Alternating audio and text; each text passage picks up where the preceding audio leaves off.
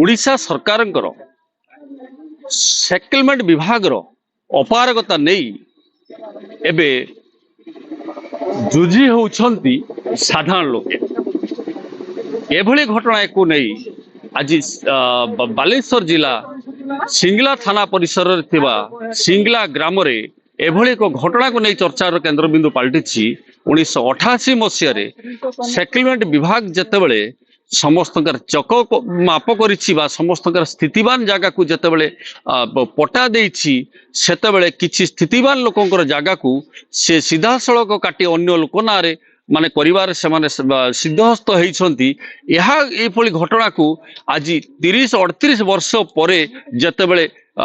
से परिवार युवक माने जितेबले घटना विषय जानी पारिछंती एवं यहा को नहीं से अदालत आश्रय नहीं अदालत आश्रय नेबा परे मध्य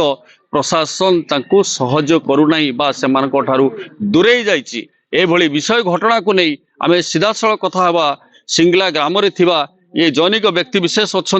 जो मानकर जगह थिला दीर्घ पैतृक संपत्ति से संपत्ति को आज से पाइबा आग्रह होती मानवर अदालत निकट में निजर दुख प्रकाश करी घटना ये अंचल एक स्पर्शकातर घटना तेबे आम सीधा सड़क शुणा कौन थिला घटना आप 1988 मसीह जिते सेटलमेंट है आपण मैंने से कौ अवस्था आम से मोर जन्म 2 वर्ष मात्र जन्म तेणु से तो आम छुआ 29 छुआ तेणु आम से विषय किसी जानी नु घटना केबे जानिले घटना जानले 2 वर्ष तले जानले जानी पालु जे जगहटा आमर थिला जे थिला पर मु जाइके बालेश्वर महाकाश थाना रे ऑफिस रे जाइके मोर कागज पत्र सब काढला पर देखला आमर घर बाड़ी थिला घर बाड़ी थिला बर्तमान हेटा पाळ किसम हो जाइए पाळ किसम हो जाइए जाननी तार मु सिविल जाई बालेश्वर सिविल केस करली केस करला पर मोर टिके फेरियो आपण पाखु ये घटना आपण सुनिले 1988 मसीहा पूर्व थिला पैतृक संपत्ति जेतेबेले से जानिले 2026 मसीह जितेबले घटना विषय जानिले आउ सी जितेबले डॉक्यूमेंट्स बाहर कले जमी जमा संक्रांत समस्त कागज पत्र बाहर कले सेतेबले वास्तव रूप थिला तांकर पैतृक संपत्ति थिला एवं सी ये पुनी सेटलमेंट परे 2 थर 3 थर वर्तमान रेस्टी मध्य सरिलानी या को कोन जानिछथि मा आपण कोन जानिछथि आपनकर जागा विषय आमे जानिथिले छुआ नाबालक थिले आमे सेतले कलिकतार थिले स्वामी स्त्री आउ एबे आसलारो जानिले कोन चाहुचंदी वर्तमान आमे से जाइया आमे नबा तबे से माँ कहते जितेबले से कलिकता 1988 मसीहा जितेबले दुख दुर्विपाक खाद्य खाइबा अन्वेषण एणे तेणे घूरी बुलुले ये परिवार दादन खटुले सुदूर कलिकता तेबे कलिकता आसवा पर से जानिले प्रकृत रहस्य कौन एवं निजर स्थितिवान संपत्ति को अन्य कहीं नहीं जाइए जितेबले से विषय से घटना विषय पुंखानुपुंख आलोचना कले एवं डॉक्यूमेंट्स बाहर कले कौन कहबे आपनकर आपन केबे जानिले सब जमी जमा हमें तो एबे जानिले हमें तो आगुरु जानी नथिले जेतु पैतृक संपत्ति सेटा बाहरी जी तो किमिति सेटा पाळ जमी हैला केस कला परे किमिति सेटा रेस्टी हैला ई बाबद तो हमें किसी जानी नथिले तो एबे जानिला परे जो केस हमें करिचे हमें चाहूचे जे हमरो पैतृक संपत्ति हमें किमिति पाई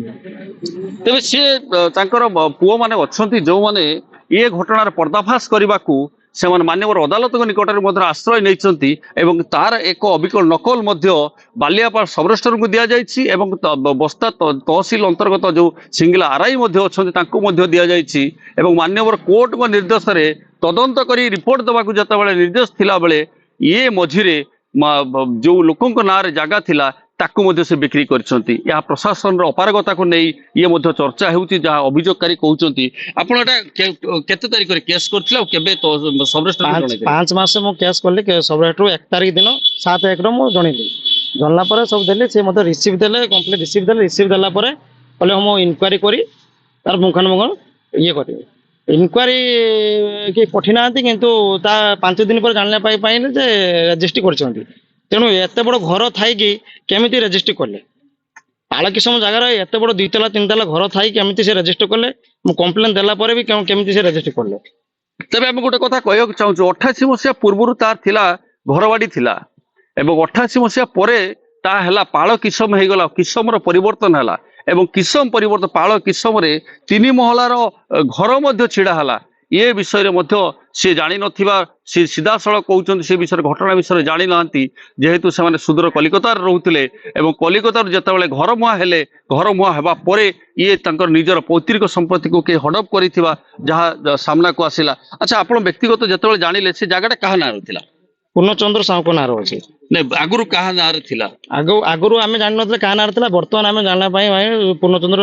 ସାହୁ ନାଁର। ଆଗରୁ ଯେତେବେଳେ ଆମେ ସେଟଲମେଣ୍ଟ ମହାକାଶ ଗାନାର କାଗଜପତ୍ର କାଢିଲୁ ଶୋଭାମଣି ଦଳେଇ ନାଁରେ। ନାଇଁ, ଆପଣ ଯେତେବେଳେ ଜେଜେବାପା